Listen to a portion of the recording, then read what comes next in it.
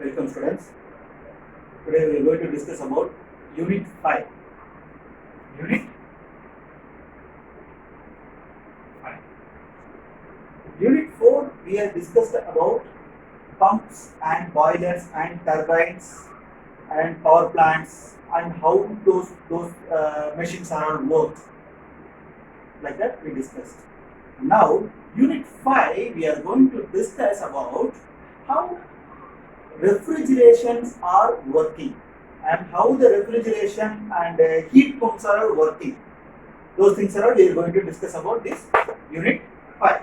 Unit 5, the topic is RAC, which means R. Refrigeration and air conditioning. Clear? Refrigeration and air conditioning. We see two words, refrigeration and air conditioning. First, what is refrigeration?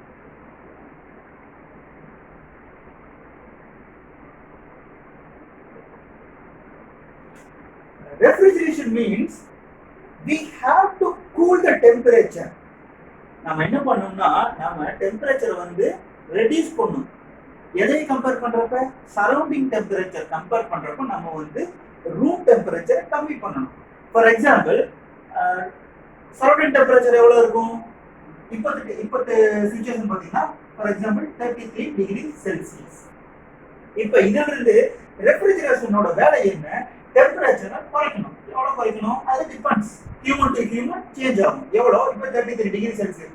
For example என்னோட example, அதாவது என்ன example எடுத்துட்டோம்னா எனக்கு எப்படி comfort zone இருக்கும்னா ஒரு 10 degree குறைச்சா எனக்கு கம்ஃபர்ட்டா இருக்கும். ஸோ அப்போ 33 டிகிரி செல்சியஸ்ல இருந்து 23 டிகிரி செல்சியஸுக்கு நான் வந்து ஒரு டெம்பரேச்சரை கூல் பண்றேன். இது உங்களுக்கு சேஞ்ச் ஆகும். இப்போ உனக்கு ஃபார் எக்ஸாம்பிள் உனக்கு வந்து ஒரு 25 டிகிரி இருந்தால் கம்ஃபர்ட்டா இருக்கும். இன்னொருத்தர் பார்த்தீங்கன்னா 28 டிகிரி இருந்தால் கம்ஃபர்ட்டா இருக்கும். சரிங்களா? அது அப்படி ஓவராலா ரெஃப்ரிஜரேஷன் அப்படின்னா சரௌண்டிங் டெம்பரேச்சரை கம்பேர் பண்றப்ப நாம வந்து ரூம் டெம்பரேச்சரை டிக்ரீஸ் பண்ணணும். சரியா? அதுதான் மேட்டர். சரிங்களா?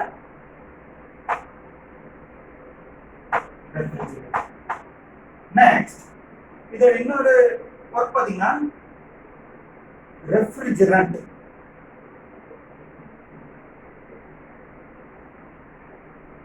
ரெஃப்ரிஜரண்ட்னா ஒரு நிமிஷம்,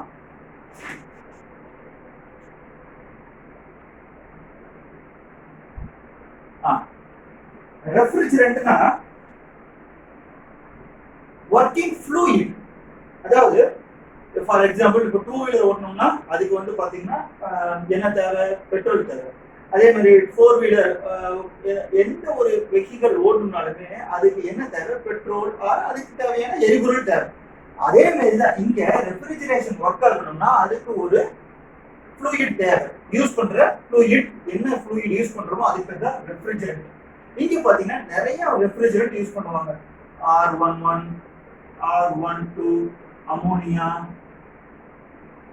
இந்த மாதிரி நிறைய டிபெண்ட்ஸ் அப்பான் அப்ளிகேஷனுக்கு தகுந்த மாதிரி நாம R11, R12, அமோனியா எல்லாமே யூஸ் பண்ணுவோம். இதுக்கு பேர் தான் என்னன்னா ரெஃப்ரிஜரண்ட். இப்போ இது எல்லாத்தையும் யூஸ் பண்ணோம்னா யூஸ் பண்றதுக்கு பேர் வந்து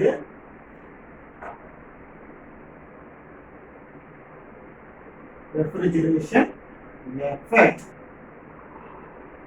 இப்ப இந்த 3 கைண்ட் ஆஃப் ஃப்ளூயிட் யூஸ் பண்ணி இந்த ரெஃப்ரிஜரேஷனை ரன் பண்றோம். இந்த ரெஃப்ரிஜரேஷனை ரன் பண்றதுக்கு இந்த மாதிரி ஃபியூயல்ஸ் தேவை. அதுக்கு பேர் தான் ரெஃப்ரிஜரேஷன் எஃபெக்ட். சரிங்களா? Okay. Next,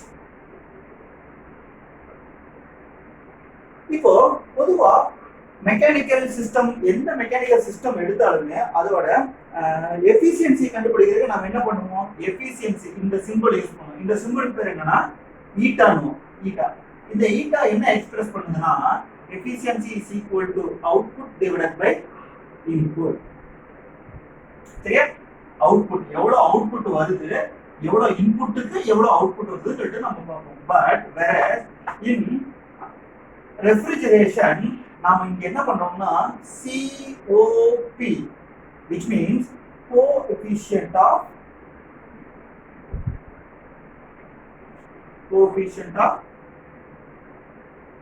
performance. coefficient of performance.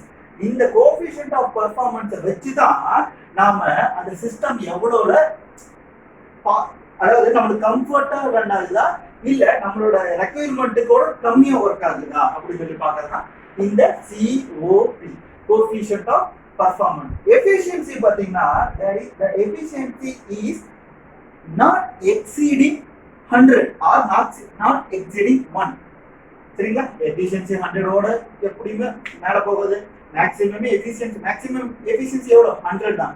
But இங்க coefficient of performance பாத்தீங்கன்னா அதோட மேக்ஸிமம் பாத்தீங்கன்னா 1 தாண்டும் அல்லது 100 தாண்டும். ஏன்னா இப்போ நம்ம இங்க coefficient of performance பத்தி பாக்குறோம்ல, இது எல்லாமே தியரிட்டிக்கலா தான் பார்க்க போறோம். தியரிட்டிக்கலா தான் பார்ப்போம். அதனால தான் தியரிட்டிக்கலா பார்க்கறப்ப coefficient of performance ஓட வேல்யூ எல்லாமே 100ஐயும் தாண்டும். I hope you understand. சரியா? எஃபிஷியன்சிக்கும் coefficient of performanceக்கும் என்ன ரெண்டுமே ஒண்ணுதான். மெஷின் வந்து என்ன கண்டிஷன்ல ஒர்க் ஆகுது, இருக்கிற இன்புட்டுக்கு எவ்வளவு அவுட்புட் கொடுக்குதுன்னு சொல்லிட்டு தான் அது வந்து எஃபிஷியன்சி. எஃபிஷியன்சி உங்களுக்கு நல்லாவே தெரியும், 100 தாண்டாது. ஆனா coefficient of performance பாத்தீங்கன்னா அது வந்து 100 தாண்டும். ஏன்னா coefficient of performance எப்படி ரெப்ரசென்ட் பண்றோம்னா அது வந்து தியரிட்டிக்கலா தான் ரெப்ரசென்ட் பண்றோம், அதனால தாண்டும். ஓகே, coefficient of performance என்ன? அது coefficient of performance is equal to refrigeration effect upon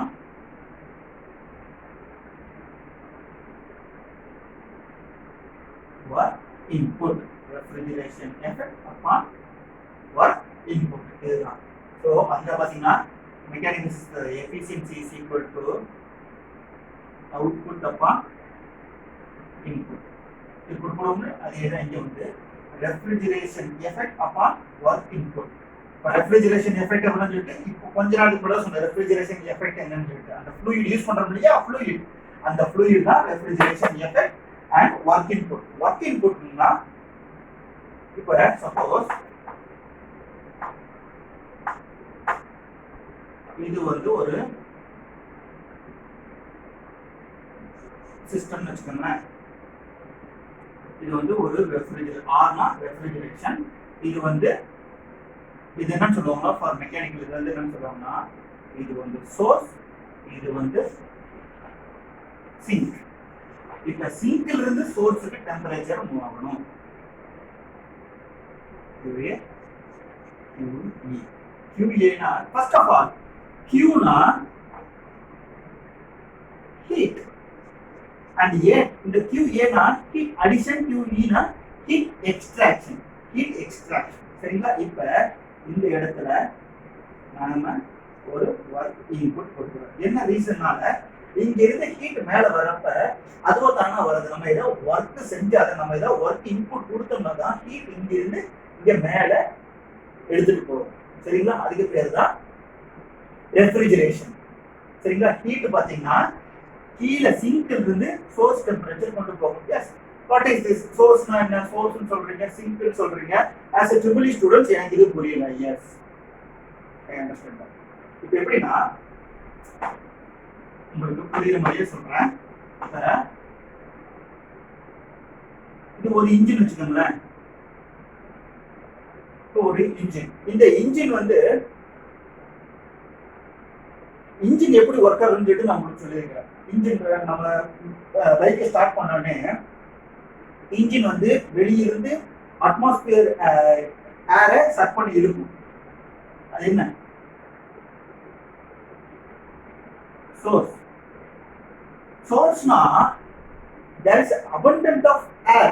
நிறைய, அதாவது நம்ம அந்த ஹீட் இன்ஜினை சுத்தி பாத்தீங்கன்னா அந்த ஸ்டார்ட் பண்றதுக்கு வந்து ஹீட் தேவை. அந்த ஹீட் வந்து சோர்ஸ்னா நிறைய இருக்கும். அந்த நிறைய இருக்கிறதுக்கு இந்த இன்ஜினுக்கு எவ்வளவு தேவையோ அந்த ஹீட் மட்டும்தான் இழுக்கும். அந்த ஹீட் மட்டும்தான் சக் பண்ணி இழுக்கும் இன்ஜின். அதுதான் QA. Qனா என்ன சொன்ன? Heat absorption and heat rejection and இது வந்து சிங்க். இப்ப இது வந்து ஒர்க் எக்ஸ்ட்ராக்ட். நல்லா பாத்துக்கங்க, இது சோர்ஸ்னா வெளியே இருக்கிற சோர்ஸ். அந்த சோர்ஸ்ல இருந்து ஹீட் நம்மளுக்கு எவ்வளவு தேவையோ, இந்த இன்ஜின் எவ்வளவு ஒர்க் ஆகிறதுக்கு எவ்வளவு எனர்ஜி தேவையோ அது மட்டும் எடுத்துக்கிறோம். மீதி இருக்கிறது, ஃபார் எக்ஸாம்பிள் இப்போ இந்த ஹீட் பாத்தீங்கன்னா ஒரு 1000 கிலோ ஜூல் ஹீட்டை வந்து அப்சர்வ் பண்ணுது. இந்த இன்ஜின் ரன் ஆகிறதுக்கு 1000 கிலோ ஜூல் ஹீட்டை எடுத்துட்டு ஒர்க் பண்ணுது. இன்ஜின் என்ன பண்ணுது, நம்ம மூவ் பண்றோம் இல்லையா, டிஸ்பிளேஸ்மெண்ட் கொடுக்குது இல்லையா, டிஸ்பிளேஸ்மெண்ட் பண்றதுக்கு ஒரு 800 கிலோ ஜூல் தேவைப்படுது. இந்த 1000 கிலோ ஜூல் எக்ஸ்ட்ராக்ட் பண்ணதுல 800 கிலோ ஜூல் வந்து ஒர்க் பண்ணுது. மீதி இருக்கு 200 கிலோ ஜூல். 200 கிலோ ஜூல் இருக்கு இல்லையா, இது வந்து வேஸ்ட். இந்த 200 கிலோ ஜூல் வந்து வேஸ்ட். ஏன்னா செட் பண்றது எவ்வளோ 1000 கிலோ ஜூல், பட் வெளியே போறதுல 200. நம்மளுக்கு ஒர்க் யூஸ் ஆகிற ஹீட் பாத்தீங்கன்னா ஒன்லி 800. இந்த 200 வந்து unavailable energy. We can't utilize this.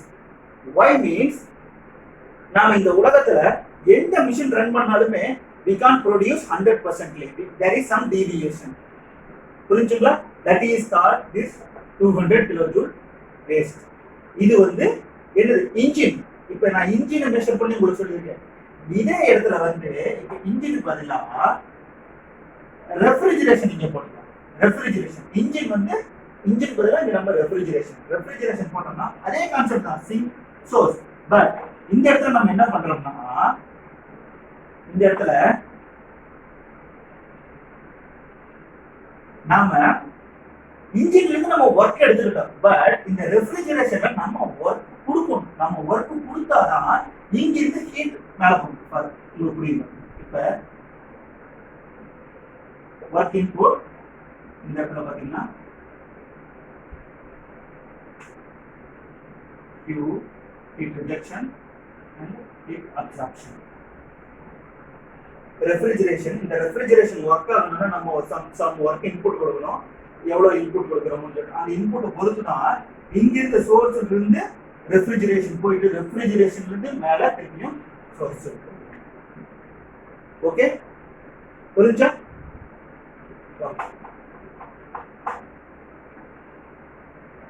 Refrigeration and okay, இப்போ நடத்துன வரைக்கும் if you have any doubts please contact me. நம்ம next classல vapor absorption refrigeration system என்னன்னு பார்க்கலாம், vapor compression refrigeration system என்னன்னு பார்க்கலாம். Thank you so much.